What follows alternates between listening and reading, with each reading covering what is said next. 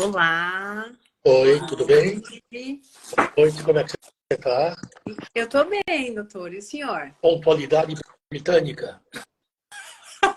Eu tento. Quase me Então, atrasei hoje.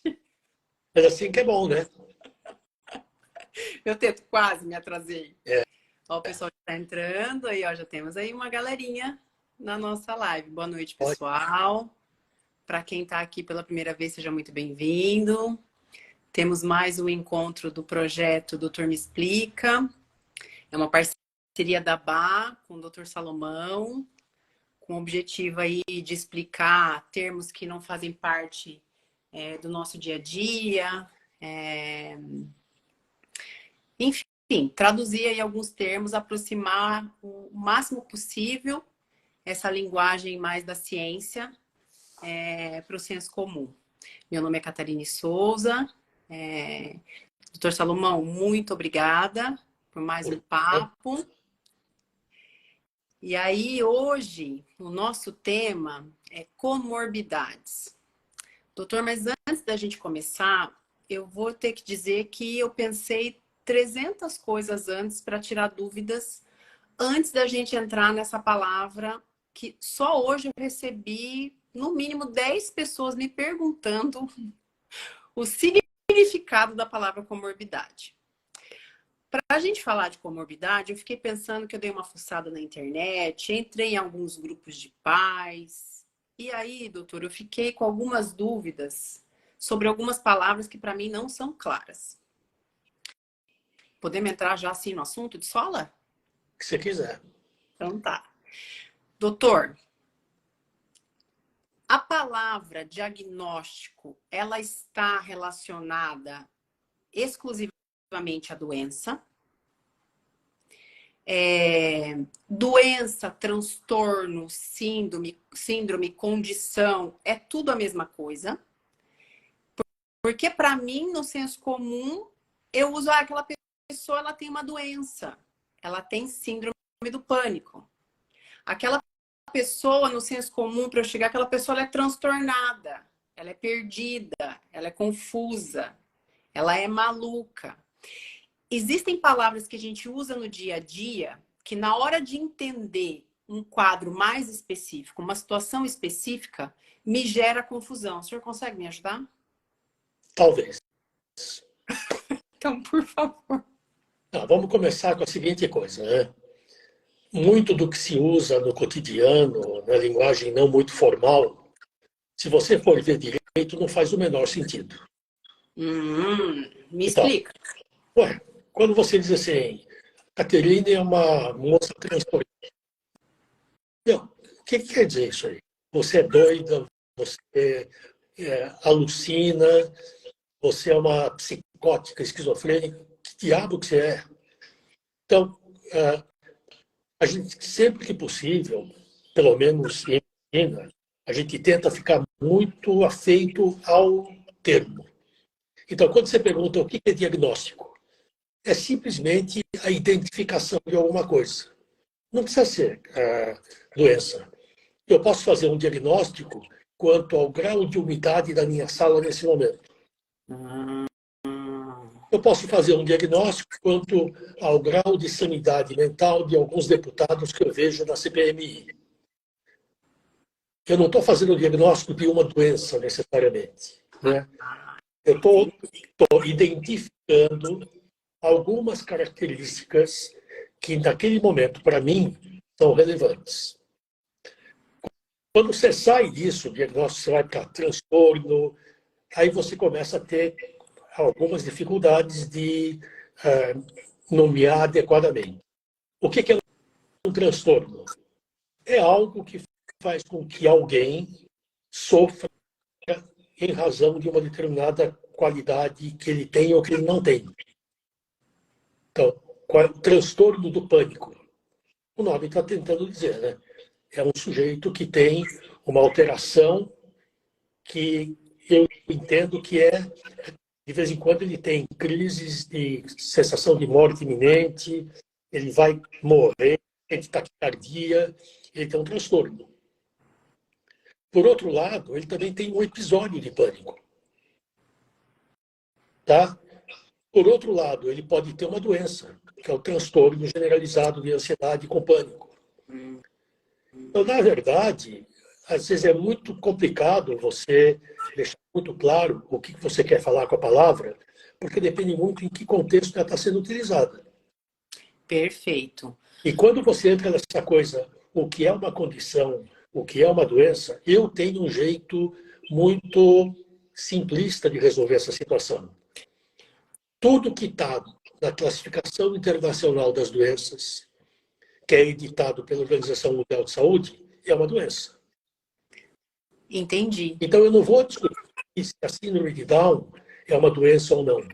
Na minha concepção, tem a CID correspondente. A CID é o número que classifica essa condição naquele livrinho da Organização Mundial de Saúde. Então, é uma doença? Sim. Se está na classificação internacional das doenças, seria o quê? Está claro. E frequentemente essa discussão é simplesmente semântica. Quer dizer, que diferença faz para uma família que tem uma criança com síndrome de Down, que é o exemplo que eu dei? Isso é uma síndrome, isso é uma doença, isso é uma condição. Que diferença faz? Do ponto de vista do laudo que eu vou te dar, é uma doença que está na classificação internacional. Tá. Então, de acordo com essa leitura, eu posso dizer que TEA é uma doença? Ou não? Está na CID? Tá. Tem um númerozinho? Tem. No CID anterior, F80. No atual, mudou, mas enfim, tem um número. Quando você fala em doença, é que o grande problema é que muitos desses termos são pejorativos, né? O que eu tento fazer com a família é assim, não importa se é uma doença, se isso é uma condição, não importa do ponto de vista, tem um diagnóstico definido, tem um tratamento a ser proposto, tem um prognóstico, que é aquela ideia que eu faço a respeito de como essa coisa vai evoluir.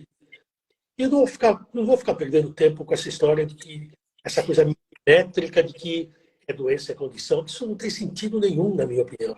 Então, porque, doutor, aí é que o nó na minha cabeça aumentou. Porque aí a gente vai começar a entrar no tema da nossa live. Eu vi um monte de gente discutindo que o termo comorbidades ele está ligado à doença. E como o autismo não é doença, o termo comorbidades me explica essa salada. Eu vou voltar a insistir no mesmo ponto do qual eu não saio. F80 é uma condição identificada como tal, escrita como tal, no livrinho da Organização Mundial de Saúde. Então, se por um lado a família não quer que se diga que isso é uma doença, isso para mim não faz a menor diferença, por outro lado, a família quer que eu dê a CIB correspondente para que ele tenha acesso ao tratamento. Então, nós temos que resolver essa situação. Ou tem CID ou não tem, ou é doença ou não. E eu volto a insistir, não tem a menor importância. É uma discussão que não tem sentido nenhum, na minha opinião. Eu não perco tempo discutindo isso. É a mesma coisa quando a família chega para mim e diz assim, o meu filho é muito distraído, ele é muito agitado, a escola está reclamando muito dele, a escola quer saber se ele tem TDAH. Bom, se ele tem ou não TDAH, porque ele se enquadra nos critérios que a CID e o DSM mostram, talvez não seja muito mais importante do que discutir se o Zezinho tem TDAH, é discutir se o Zezinho tem um distúrbio de atenção suficientemente severo para interferir com a vida escolar. Tem, vai ser tratado. Não tem, não vai ser tratado. Então, você pode ter um TDAH e não tratar? Sim, você pode ser um cara desatento, mas que dá conta relativamente bem da sua vida funcional. Como aluno, bem ou mal, você está dando conta daquilo que te é exigido. Sempre tem alguém que vai assim, mas poderia ser melhor. Mas aí você entra numa coisa que não tem... Então, eu fujo muito dessa discussão do diagnóstico como uma coisa tão importante e essas palavras. Então, tem que definir, tem, mas tem que discutir de uma forma muito clara. Tem comorbidade? Meu Deus do céu, tem 500 mil trabalhos na literatura mundial dizendo que sim. E ninguém está discutindo se é doença, se não é doença. Está discutindo que, com muita frequência, uma coisa que se chama TEA se acompanha por outras condições clinicamente identificáveis. E aí, então, a gente está entrando no tema da nossa live. Que comorbidades, então, significa outras condições associadas. Entendi certo? Sim. Sim. Então, quando eu digo assim, quais são as comorbidades mais frequentes no TEA? Tem um monte. Algumas facilmente identificáveis, outras não. 30% dos indivíduos que têm diagnóstico de TEA têm algum grau de comprometimento intelectual. Tem um grau mais ou menos importante de deficiência intelectual. É uma das comorbidades mais frequentes. Tá, então, o que significa deficiência intelectual, doutor? Significa que a sua inteligência, medida pelos testes habitualmente empregados, ou se você quiser, a comprovação funcional de que você não tem a competência intelectual necessária para determinadas coisas, é um quadro de deficiência. Ela é definida numericamente por uma avaliação criteriosa, em que você tem testes que avaliam todos os domínios que no seu conjunto formam aquilo que se chama de inteligência. Então, não é algo muito misterioso e que você não pode quantificar. Você pode quantificar. Tanto pode quantificar que, na minha opinião, uma das coisas mais importantes quando você está levantando a suspeita de um quadro de TEA, por mais óbvio que seja o quadro, se você tiver a possibilidade, é muito bom que você faça uma avaliação neuropsicológica, que é exatamente isso. É um profissional que tem instrumentos adequados para medir o quanto de habilidade cognitiva você tem nos vários domínios. Por que isso é importante? Primeiro, porque se você é TEA e tem uma deficiência intelectual importante, eu sei de antemão que o prognóstico teu não é muito favorável. Entendi. Porque ele é limitante. Como é limitante para o cara que não é TEA. E é limitante para qualquer outro indivíduo, qualquer que seja a condição de base que ele tenha. É muito importante essas avaliações, não só para saber no que o sujeito não é bom, mas, acima de tudo, para saber no que ele é melhor. Porque quando você vai projetar o programa de tratamento, você tem duas vertentes, né? Você pode fazer aquilo que se faz habitualmente que não é bom, que é insistir no que você tem de pior.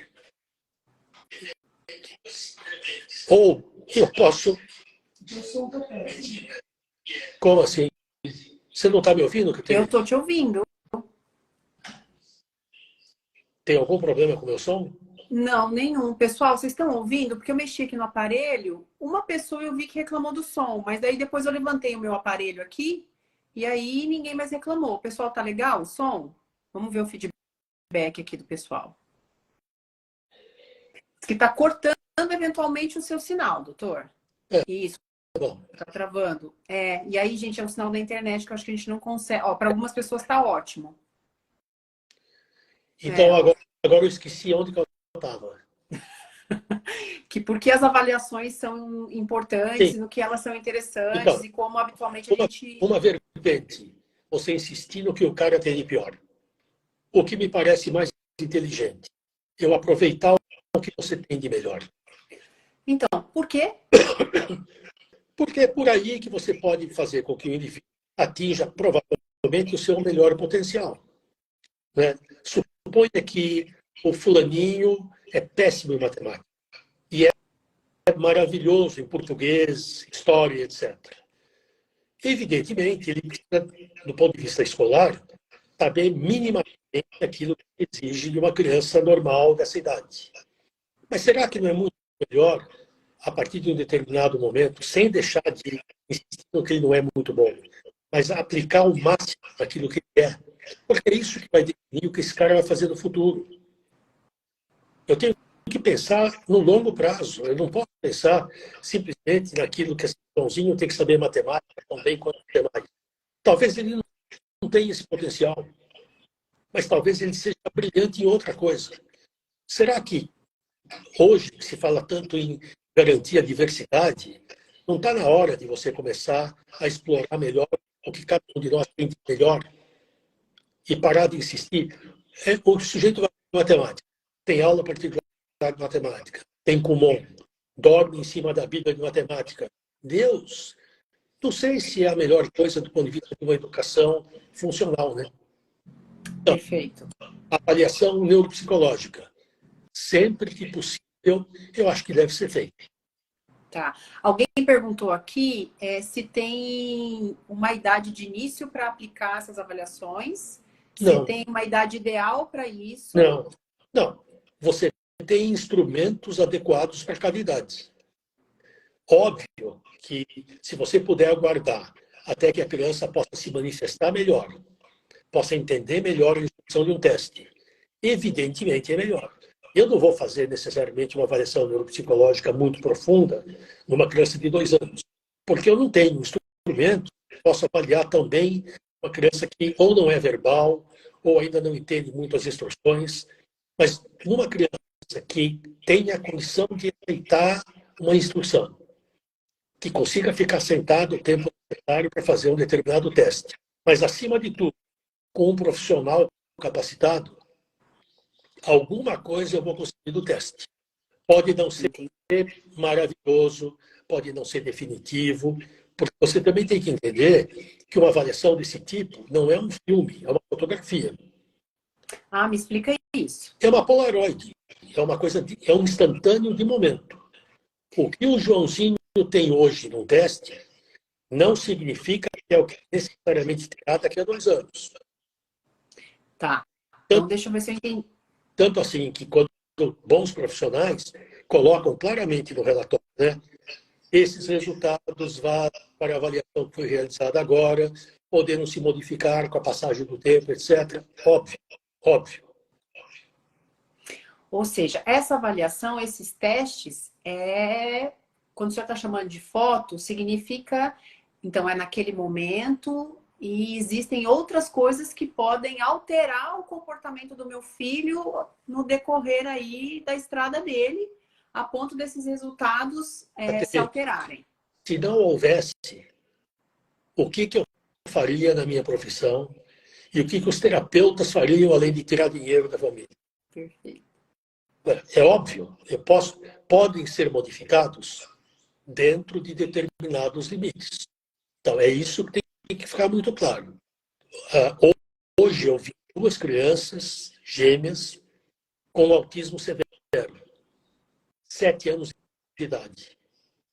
Lamentavelmente, não tiveram acesso a um tratamento adequado, por inúmeras razões. E quando eu estava conversando com os pais sobre o que seria ideal que eles começassem a fazer agora, embora tardiamente, eles me perguntaram se a gente esperava algum resultado. Óbvio que sim. Não será tão bom quanto se tivesse começado com 1 ano e meio ou 2. Mas será melhor do que se não fizerem. Então, eu posso modificar algumas patologias? Claro que posso. Evidente que posso. Né? Agora, nem sempre você consegue o resultado que você espera, né? Mas, sim, se o tratamento for bem feito, se a atenção for adequada, se o diagnóstico estiver correto, espera-se que o sujeito melhore, óbvio. Tá, então, doutor, o senhor começou me dizendo que tem várias comorbidades aí no Terra. Deficiência intelectual é uma. Segunda, epilepsia. Me conta. 20%. O que é epilepsia? O que são as epilepsias? Porque são várias. Na verdade, a epilepsia é um quadro clínico derivado de uma anormalidade elétrica cerebral que a gente chama de paroxístico. Paroxístico é algo que começa de repente e para de repente. Do ponto de vista do indivíduo que não conhece nada do cérebro, é um curto-circuito. O fiozinho encostou no outro, deu uma descarga elétrica acima daquilo que o cérebro suporta, isso vai se manifestar de algum jeito. O jeito mais clássico, qual que é? Uma convulsão. O sujeito se debate todo, morde a língua, pode ter relaxamento xicocô, pode durar 10 segundos, 2 minutos, 10 horas. Essa é a forma mais óbvia, que é a manifestação, aquela crise epilética típica. Mas você tem crises que são muito sutis. Por exemplo, você pode ter uma forma de epilepsia que se caracteriza por períodos muito curtos e repetidos de ausência. O sujeito para de fazer o que está fazendo, ou ele fica imóvel, ou ele pisca um pouco os olhos, faz alguns movimentos com a boca, você fala com ele, ele não te atende, e assim como ele entrou nesse estado, ele sai de repente e continua fazendo o que ele fazia. Se ele estava fazendo um ditado na escola, ele simplesmente pula o parágrafo que foi ditado enquanto ele estava escrevendo. E nem dá conta disso, eventualmente. E tem outras crises. Então, uma forma de crise que é difícil de você identificar numa criança TEA, que são as crises chamadas psicomotoras, em que você realiza atos automaticamente, muito complexos, no sentido de que você pode sair andando para fazer uma determinada coisa. Há casos de adultos que dirigiram o carro durante alguns quilômetros totalmente inconscientes do que estavam fazendo. Desculpe. Numa criança, ou num adolescente, ou num adulto que é TEA, que já tem comportamentos muito atípicos, eu posso te dizer que pode ser muito difícil identificar uma coisa desse tipo. Mas se você não identifica, e acontece em mais de 50% dos casos, ele não se beneficia de um tratamento específico. Tá? Eu ia perguntar exatamente isso. Qual é a importância de identificar? Epilepsia, para você ter uma ideia da importância que é a TEA, quando você estuda a mortalidade de indivíduos que têm TEA, uma boa porção dos indivíduos que têm morte precoce tem morte por uma crise convulsiva prolongada. Então, é uma coisa importante, é uma doença importante, é uma síndrome importante, sim. Então, por que eu digo assim, 30% de deficiência intelectual, 20%, porque eu estou falando de um número muito significativo de pessoas. Está claro? E tem outras, inúmeras comorbidades. Por exemplo, quadros de ansiedade. Ansiedade em pessoas com TEA é muito mais frequente do que pessoas que não têm TEA. Depressão é 20 vezes mais frequente. Olha. Transtorno de pânico, bipolaridade, e agora, há pouco tempo, um artigo que me chamou muito a atenção, comorbidade e com problemas alimentares severos, com anorexia nervosa. Me explica o que é anorexia, doutor. Anorexia nervosa é um distúrbio alimentar que o indivíduo não consegue se alimentar adequadamente, porque ele se vê obeso, ainda que ele seja magérrimo. Ele tem um distúrbio do sistema corporal de tal forma que ele sempre acha que ele está acima do peso que ele deveria ter. Isso pode levar ao sujeito parar totalmente de comer e morrer por inanição. Olha só. Então, isso pode ser encontrado em mulheres adultas que têm TEA também. Isso, para mim, foi uma surpresa. Eu não sabia disso. Vi o artigo, fiquei muito interessado com essa história. Só estou te dizendo isso para ver quantas outras condições você pode encontrar em conjunto com o TEA. Tá, eu ouvi falar que TDAH também é uma comorbidade. É, doutor? Olha, pelos protocolos que agora são vigentes, sim. Aí a gente vai entrar num terreno que, para mim, é muito confuso. Então, eu vou tentar fazer com que todo mundo fique tão confuso quanto eu. Não, doutor, aqui é doutor, me explica. É verdade. O que caracteriza o TDAH? Distúrbio de atenção, impulsividade e agitação. Grande parte dos indivíduos com TEA são impulsivos, desatentos e têm distúrbios de concentração. Então, eu acho muito difícil saber se essa característica faz parte do quadro nuclear do autismo ou se é uma comorbidade. A mesma coisa, transtorno obsessivo compulsivo.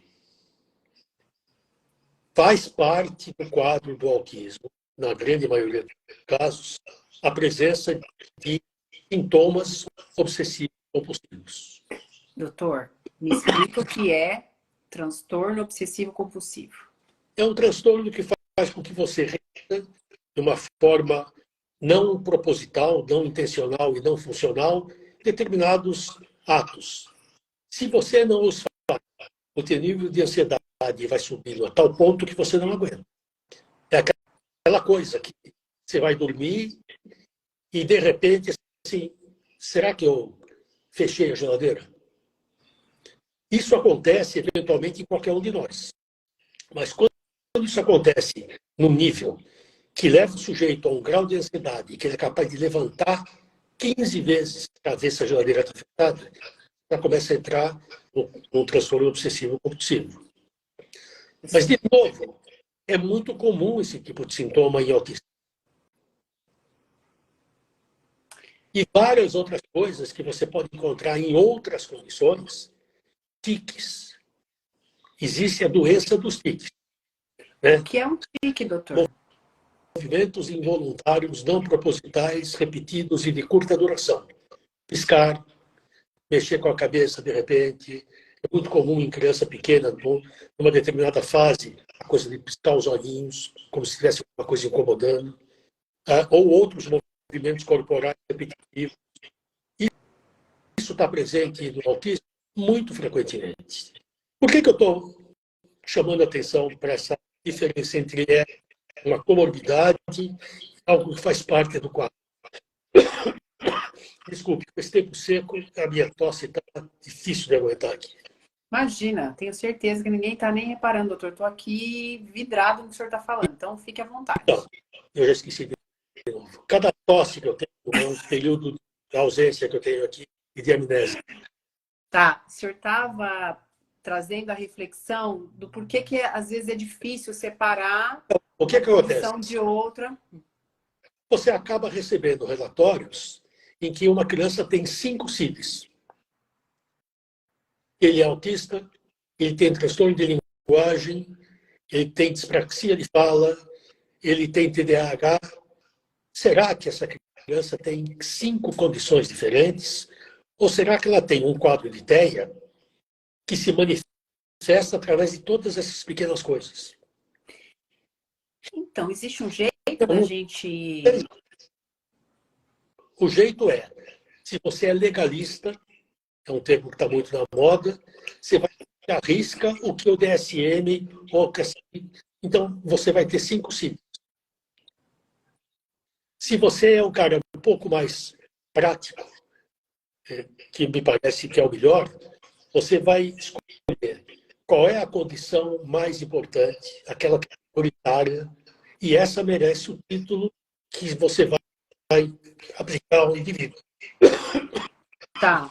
Quando a gente fala condição prioritária, tem algum critério que a gente usa para priorizar alguma condição? O que é dominante? No quadro todo que eu te descrevi, o que é dominante?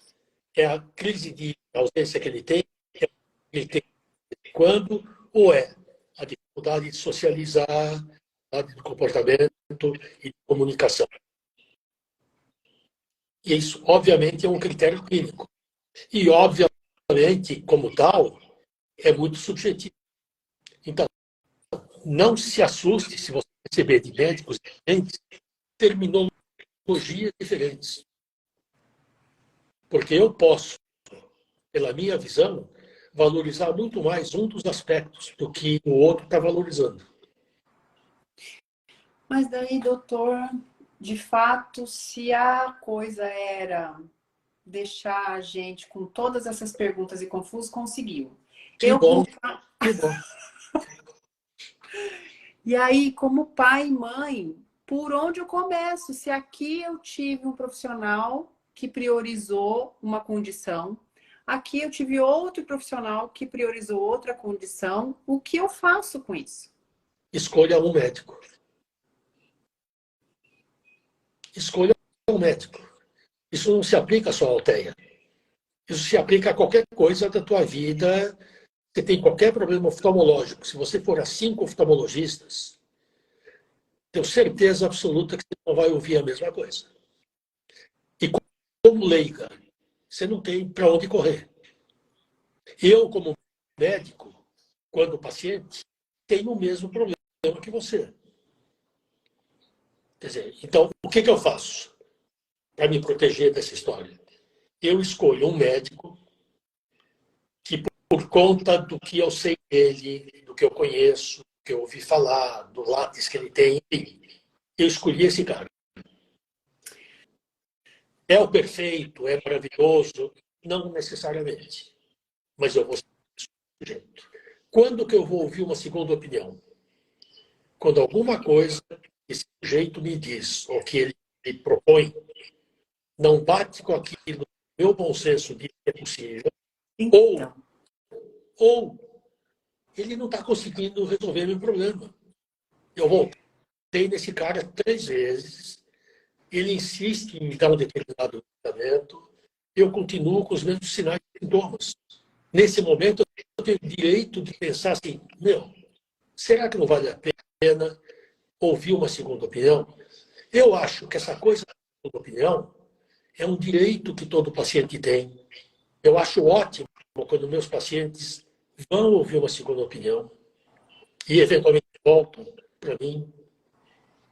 É ótimo. Por que é ótimo a segunda opinião? Porque, às vezes, você que está em um caso por muito tempo, já tem um diagnóstico, dificilmente você muda no meio do caminho. E, de repente, uma pessoa que é nova no caso, nunca viu, tem uma visão absolutamente diferente da tua e mais correta. Então, eu não raramente, eu sugiro aos meus pacientes que eu não estou conseguindo resolver, que ouçam uma outra opinião. Eu acho que não há demérito nenhum nisso. entendi. E aí, doutor, me conta uma coisa. Como é que o médico vai organizando para me explicar qual que é o caminho, o tempo do diagnóstico? Porque, assim, eu ouvi dizer que o diagnóstico de autismo nem sempre é algo feito em uma consulta e que às vezes pode levar um tempo. E aí o senhor está me dizendo que tem algumas possibilidades de algumas comorbidades, várias. O senhor já falou de todas ou tem Não, mais? tem um monte delas. Eita, então eu tô achando que essa live vai ter que ser dividida em duas. Tá, então vamos continuar? Me conta quais outras comorbidades e se a gente tem aí... Não, você falou da família, né? Deixa eu Então, dizer. porque o que eu tô pensando aqui é como é que organiza essas comorbidades e como é que eu lido com elas. Existe remédio para isso? Porque, tá, e essa é uma outra discussão que a gente vai voltar, assim, tem remédio para o autismo? Sim, não. Para as comorbidades, tem remédio? Para essas que o senhor acabou de descrever até o momento, tem remédio? Na verdade, como pai e mãe, eu quero saber, assim, o que eu faço com esse tanto de nome que agora apareceu no meu colo. Não, o problema não é o nome ou os nomes. O problema é como isso é transmitido à família.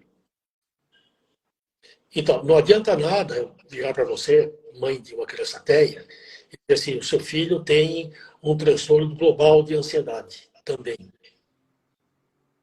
Mas o que eu posso te dizer é, dentro do quadro do seu filho, nesse momento, o nível de ansiedade dele é de tal ordem que a gente vai tratar disso nesse momento.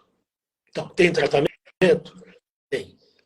Ah, não, o meu filho é TEA e ele está tendo um monte de períodos em que ele fica piscando, meio ausente, vai fazer um eletroencefalograma, confirma que é epilepsia. E agora? E agora, ótimo, eu tenho como tratar isso. O que eu sempre digo para a família, e eu acho que é importante isso, É assim, mesmo quando você dá uma notícia que não é a melhor, mesmo quando você diz o pai de uma criança de 3 anos, e sim, ele é autista, é fundamental você mostrar para eles que o Joãozinho que entrou há 1 hora no meu consultório é o mesmo que vai sair. Ele não entrou maravilhoso e saiu péssimo. Tá claro? O que mudou? Mudou que agora eu sei o que tem e eu sei o que eu tenho que fazer para que ele melhore. É isso que você tem que dizer para a família. Quer dizer, não tem essa coisa de ficar falando nome de comorbidade. Isso é bobagem. O seu filho tem um transtorno de sono, que é muito comum em TEA. É comum em mais de 40% dos casos. Tem tratamento? Às vezes tem. Então, é isso que, nesse momento, você tem que, primeiro, discutir com a família, da forma mais transparente possível, tudo. Tudo. O teu paciente não pode sair do teu consultório com muitas dúvidas a respeito do que eu falei. Eu não soube me comunicar. Por mais ignorante que seja, por mais espião de obra que não é muito... Não, o problema é eu. Eu tenho que conseguir me comunicar com você. Então, o profissional que está lidando com tanta gente diferente como a gente lida, ele tem que aproximar dos pais para poder ter uma conversa de igual para igual. E tentar fazer com que eles não fiquem inibidos. Porque, de vez em quando, eles ficam paralisados, não querem perguntar. Não, você tem que dar todas as chances possíveis para o cara perguntar o que ele quiser. Exatamente. Que é isso. A ideia desse projeto, pessoal, é exatamente essa. Não tem pergunta feia, não tem pergunta errada, não tem pergunta boba, não tem pergunta sem noção. Agora, tem pergunta. Agora, escuta. A gente tem que ser meio anjo, né? Porque de vez em quando você pega a família que, pelo amor de Deus. Né? Então me conta. Não, você fala, você explica, não entende, não aceita. Quem mandou escolher essa profissão? Isso faz parte do nosso dia a dia. Né? Então, tem famílias com as quais eu não consigo me comunicar? Sim. Lamentavelmente tem. Tem gente que está muito... não gostou da minha consulta. Achou que eu fui exato porque eu fui desumano, que eu não falei, porque também tem uma coisa, né? Nem sempre as pessoas ouvem o que você falou. Eu falo uma coisa e eu não sei, com certeza absoluta, o que você entendeu do que você... Eu vou te dar um exemplo que eu sempre... Um amigo meu, geneticista. No final da consulta da genética, fez um monte de exame e tal, chamou o casal e disse, olha, vocês têm uma doença recessiva, que é uma doença em que você tem, tanto o pai quanto a mãe tem a mesma desordem para que o filho seja comprometido. E, no caso particular, ele falou assim, o risco que você iria ter um novo filho afetado é de 25% em cada gestação. Em cada? Gestação. Uhum. Então, você já teve o Joãozinho, que tem a tal doença. O que o geneticista tem que fazer? Te dá algum número para você decidir se você quer ter ou não mais filhos, mas sabendo dos eventuais riscos que você corre. O que ele fez? Para tentar ver exatamente isso o que você entendeu, ele chamava esses casais depois de 2 ou 3 meses para uma palestra, uma conversa. E vários desses casais, ele falava assim, o seu filho tem tal desordem, a gente fez exames e vocês foram aconselhados. O que ficou para vocês? Grande parte deles dizia assim, a gente não pode ter mais filho, porque a chance de ter outro igual é de 100%. Ninguém falou isso. Gente, eles ouviam o que não foi falado. Então, e aí você fala assim, o geneticista falou essa barbaridade? Não, não falou essa barbaridade. Ele falou a coisa correta. Mas quem estava do outro lado da mesa estava em condições de entender o que o cara estava falando? Perfeito. Ou ficou tão chocado com o que ouviu que levou a coisa para extremos. Então, e aí você frequentemente ouve coisas do tipo assim, eu não volto naquele médico, porque aquele médico disse que, olha, meu filho é um vegetal. Escuta, nenhum médico, por mais imbecil que seja, fala isso. Isso é o que frequentemente o sujeito entendeu. Isso é um problema. Quer dizer, você explica, e para algumas pessoas persistem coisas desse tipo. Lamentavelmente, isso faz parte da de comunicação que tem com o mundo, né? Então, e aí eu fico pensando o potencial de confusão e de leitura equivocada quando a gente fala de comorbidades associadas ao TEA. E aí a não é importância não, de quem ouve, entende? Escuta, de quem ouve. Escuta, não é difícil você entender que o seu filho tem TEA. Porém, ele também tem epilepsia. E ele também tem episódios de pânico. Qual é a dificuldade? Se você falar de um jeito professoral, seu filho tem uma comorbidade. Não, seu filho tem TEA, é desatento. Mas ele tem TDAH também? Não importa se chama de TDAH ou não, ele é desatento. Vamos tratar a desatenção dele? Chame de TDAH ou não. O que importa é a conduta que você vai tomar, na minha opinião. Entendi. Então, eu acho que assim, a confusão vem porque poucos médicos, eu confesso, têm a disponibilidade de ficar 1 hora e meia, falando a respeito de uma determinada coisa que, para ele, está careca de falar aquilo. Eu falo a mesma coisa 500 vezes. O que eu digo sempre para os pais que, pela primeira vez, estão tendo um diagnóstico de TEA, por exemplo, numa criança de 3 anos. No final de tudo, quando tudo foi mais ou menos explicado, eu assim, olha, para terminar, se vocês querem ser bons pais para o seu filho, vocês têm que ser um pouquinho esquizofrênicos. Ou seja, calma, menina. Ou seja, vocês sabem que ele tem um problema, mas se comportam como se não soubesse. Dá para entender? Me explica. Não tem o que explicar, menino. Joãozinho, vem aqui. Ele não veio. Eu vou lá, pego ele pelo braço, puxo. Joãozinho, está na hora de tomar banho. Mas ele não olhou para mim. Eu vou lá no ombro dele, pego pela orelha e levo o banho. Joãozinho, já falei para você não lamber o sabão, não sei das quantas. Eu vou lá e dou-lhe uma bronca. Eu não converso a respeito da doença dele, do problema dele, perto dele. Porque eu parto do princípio que ele está entendendo. Eu não parto do princípio de que, coitado, ele é autista, eu posso falar o que quiser, não está nem aí. Não. Frequentemente está ligadíssimo no que está falando. Então, se você não é um pouco esquizofrênico, você vai ter 2 problemas na vida. Você vai ter uma criança autista e mal educada. É mais difícil educar uma criança autista do que típica? Sim. Mas a gente tem que fazer todo o possível para que isso seja feito. O fato dele ser TEA não dá a ele o passaporte para fazer o que ele quer na vida. Me bater, me morder, cuspir na professora. Não. Da forma que for possível, eu vou tentar educar esse menino, porque independentemente de ou não, ele é uma criança que vai tentar, na medida das possibilidades, controlar o mundo.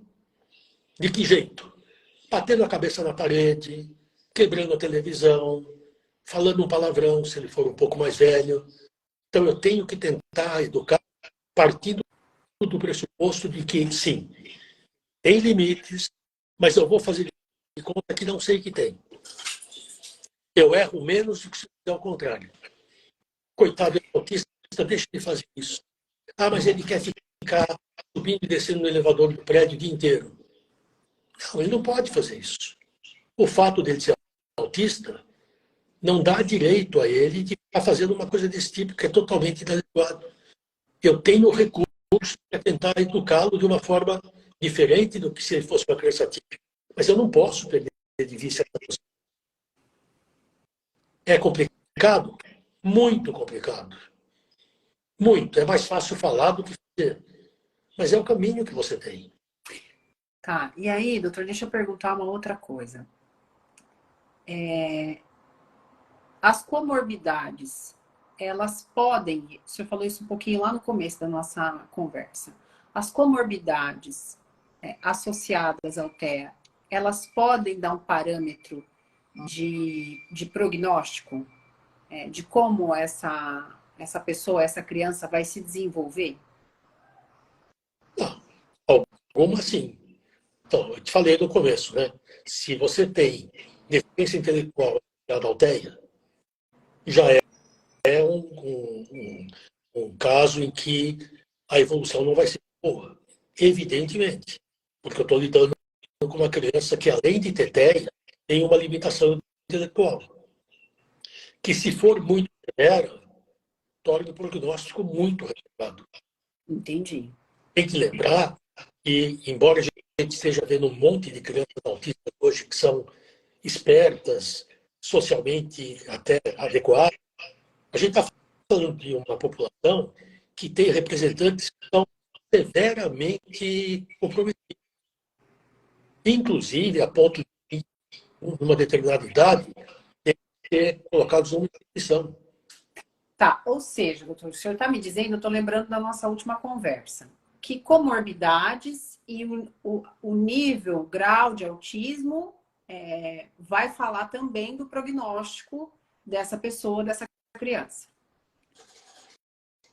Estou lembrando da nossa última conversa que uma coisa é a criança estar no nível 1 e ter uma comorbidade. Outra coisa é a criança estar no nível 3 e ter uma comorbidade. São situações que vai me falar de um futuro mais promissor ou menos promissor. Entendi certo? Não, depende. Indivíduo com TEA nível 1, que tem epilepsia, que responde bem ao remédio, vai ter uma vida normal. Então, o fato de ter uma comorbidade, por si só, não tem esse significado de fazer com que o prognóstico seja muito pior. Vai exigir desse sujeito, ele vai ter que tomar remédio por um grande período da vida dele, mas que é compatível com a vida dentro das possibilidades que ele tem. O que você tem, obviamente, é que você tem crianças que têm níveis severos, não só do TEA, mas também da epilepsia. Então, por exemplo, se você tem um indivíduo com TEA, qualquer que seja o nível, mas que tem epilepsia refratária, o prognóstico é muito ruim. Refratária é e não responde aos medicamentos. E você tem, isso é um diagnóstico que a gente, lamentavelmente, às vezes tem que dar. São crianças que podem ter 10, 20, 30 crises por dia. Não respondem a nenhum medicamento. A vida desse sujeito está muito mais comprometida pela epilepsia do que pela TEA. Está claro? Se você tem um indivíduo que tem TEA e uma deficiência intelectual severa, a deficiência intelectual severa é muito mais funcional do que o autismo. Entendi. Então, é esse interjogo que faz com que você possa tentar adivinhar, mais ou menos, como aquela coisa vai evoluir. Né? Tem uma pergunta aqui, ó. E isso pode aparecer em qualquer momento da vida da criança? Epilepsia? Os momentos da vida em que a epilepsia costuma começar, tanto das crianças típicas quanto das TEA, são quando eles são bebês, na primeira infância, na adolescência e na mulher, particularmente, na menopausa. Gente! Isso não quer dizer que não possa acontecer a qualquer momento, mas são predominantemente iniciadas nessa época. Então, não é incomum você ver famílias desesperadas de um TEA nível 1, por exemplo, que pela primeira vez tem uma convulsão aos 15 anos de idade. Tem que deixar claro para essa família não é um aumento da severidade do TEA. É uma intercorrência que se torna importante como se tornaria em qualquer outro adolescente.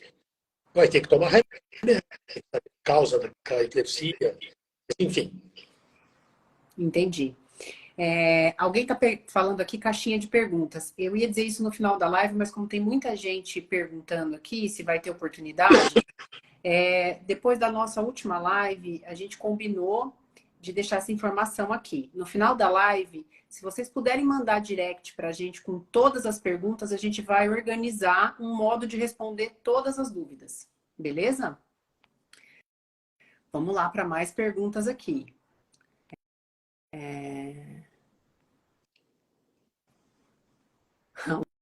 Alguém aqui na menopausa, tudo pode acontecer.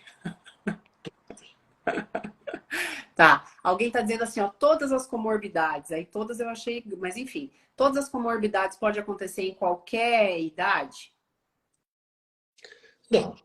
Tem coisas que são mais ou menos típicas de determinadas idades, né? Por exemplo, é muito incomum, mas pode acontecer, de um sujeito que tem TEA, e diagnosticado quando criança, apresentar esquizofrenia na adolescência. Não é que uma coisa leve a outra. Mas o fato de você ser TEA não te vacina contra outras coisas, como acontece na população geral. Entendi. Então, epilepsia, como eu disse, ou é quando é bebê, ou na grande maioria dos casos, na adolescência. Pode acontecer em qualquer outro momento? Sim. Até porque, eu não quero nem entrar nessa história agora, epilepsia já é um capítulo enorme da medicina, porque pode ser causada por centenas de coisas. Nossa. Então, quando você tem a primeira crise, dependendo da idade que isso acontece, você tem que explorar para saber o que é a causa primária daquela epilepsia. Porque você pode ter epilepsia causada, por exemplo, por um tumor. Você pode ter epilepsia causada por um distúrbio metabólico. Você pode ter uma crise epilética, que não é epilepsia, é a crise convulsiva febril, causada por febre. Você pode ter uma crise epilética causada por um traumatismo na cabeça. E você pode ter epilepsia em consequência de um trauma craniano que você teve, cicatrizou, e depois de meses ou anos começa a descarregar e você se torna epilético. Entendi. Então, de novo, cada dessas coisinhas podem ser comorbidade, em si é uma caixinha de surpresa também. Ficou mais confusa? Ótimo, essa era a intenção. Tirou as palavras da minha boca. Muito, muito mais confusa. Gente, a gente ainda tem um tempinho de live. E aí, quem quiser fazer mais perguntas aqui, eu acabei resgatando algumas. Tem muitos elogios. Que bom. Seu fã-clube é grande, doutor Salomão.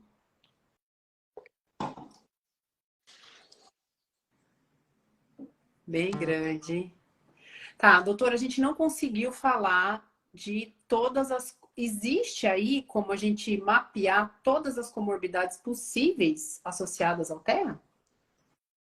Entra num lugar chamado PubMed, que é onde a gente vai buscar literatura mundial, e escreve lá autismo, comorbidades. Milhares de artigos vão pintar a sua... Então, é evidente que esse nosso papo não vai esgotar o assunto. Entendi. Nem é o propósito, né? O propósito é levar dúvida, mostrar que as coisas não são tão óbvias quanto parecem, mas que também são compreensíveis, se devidamente explicadas. E hoje, o conhecimento não é mais meu. O conhecimento hoje está na... O que você precisa ter hoje é ter boas informações, acesso à informação e um mínimo de bom senso. Você não pode dar tudo o que você encontra. E em caso de dúvidas, o que eu sempre falo para os nossos pacientes, leu alguma coisa diferente, ouviu falar de um tratamento estrambólico, o quê? Me pergunta.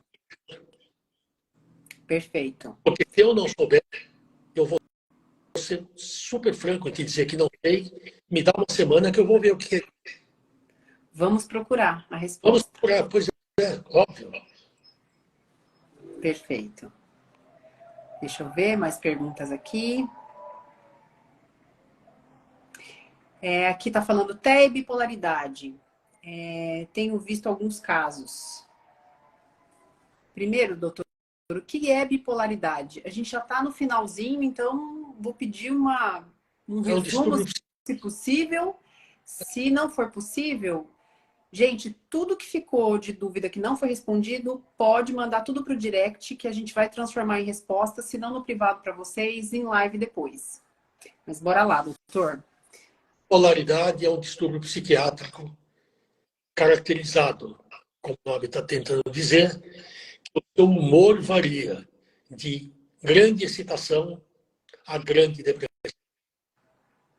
Então, é aquele sujeito que tem um comportamento que a gente chama de ciclotímico, em que, aparentemente, uma razão óbvia, ele oscila brutalmente. Na fase maníaca, ele passa a noite estudando, ele deixa de comer, estudando. De repente, ele entra na fase depressiva, não sai da cama por 15 dias, não quer comer. Então, a bipolaridade é uma coisa importante. Mas ela é muito menos comum em criança do que as pessoas estão falando. Está havendo uma enorme confusão, na minha opinião, entre jeito das pessoas e patologia. Então, oscilação de humor em criança, obviamente que acontece. Em umas, mais do que em outras. O que não quer dizer que esse menininho de 2 anos seja bipolar. Pelo amor de Deus. Tá? Ele pode ser pentelho, ele pode ser difícil, ele pode ser... Ele não é bipolar. Tá? Toda criança de 2 anos é hiperativo, tem TDAH? Não. Um menino normal de 2 anos é hiperativo, é dado, é impulsivo. Então é preciso tomar cuidado para não tornar patológico algo que não é, é comportamento do sujeito. Ter ansiedade não é uma doença necessariamente. Um transtorno global de ansiedade, sim. Acordar um dia meio deprê, mesmo que não saiba por quê, não é que eu sou bipolar. Eu sou uma pessoa como qualquer outra que, de repente, tem um dia mal, acordei mal, é esquerdo, não estou afim de conversar com ninguém. Então, eu acho que, às vezes, é difícil separar o que é o feito de uma pessoa do que é uma patologia. E como nunca usou tanto remédio psicotrópico no mundo como agora, é um cuidado que a gente tem que tomar, porque por nada as pessoas estão tomando remédio. Perdeu um parente. Aí eu vou tomar ansiolítico porque eu estou de luto. Meu, você tem que viver o luto, tem que ficar triste, chorar. O teu marido sumiu de casa. Você pode dar uma festa para comemorar, dependendo de quem é esse cara, ou vai ficar deprê o resto da vida. Vai ficar abatida, ficou doente. Não ficou doente. Teve uma reação absolutamente esperada. O menino que regride porque o avô querido morreu está deprimido? Não, ele está de luto, ele está sentindo falta de alguém que ele gosta. Ou seja, aquilo que o senhor falou na última live, né? A gente precisa ter cuidado quando vai atribuir um nome a alguma condição. Você tem que estar muito convicto de que aquilo é real. É muito fácil criar uma doença psiquiátrica, principalmente numa criança que não pode se defender e falar nada. Né? Perfeito. E outra coisa, às vezes você é induzido pela família a um diagnóstico, quando na verdade o problema é da família.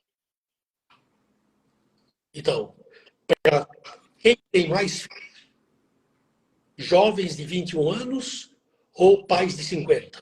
Pais de 50, que já não tem saco para aguentar uma criança que fica correndo o dia inteiro. Quais classes da escola tem mais criança com dificuldade de concentração e de aprendizado? Você vai vai procurar professora, vai ver que professora é essa, que grau de capacidade essa tem, ela tem ela interessar essas crianças no estudo. Então, frequentemente, você tem Ritalina por conta de uma professora inadequada.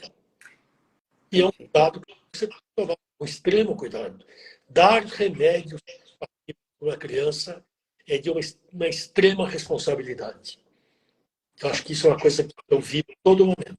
Perfeito, perfeito. Pessoal, nosso tempo voou mais uma vez, mas chegamos ao final de mais um papo. E aí as perguntas vão virar temas aí para a próxima live. E aí conta pra gente se vocês querem aí aprofundar em alguma comorbidade para o doutor explicar. Se tem algum outro direcionamento para o nosso papo que pode ser interessante. Doutor, muito obrigada. Até a próxima, se Deus quiser. Maravilhoso, como sempre. Pessoal, obrigada por todos estarem aqui compartilhando, participando. Desculpa aí a ausência de resposta para muitos. Ó, tem aqui dizendo, te amo, doutor. Que bom. Valeu a pena, então. Um abraço, gente. Bom Tchau. feriado amanhã. Até. Tchau.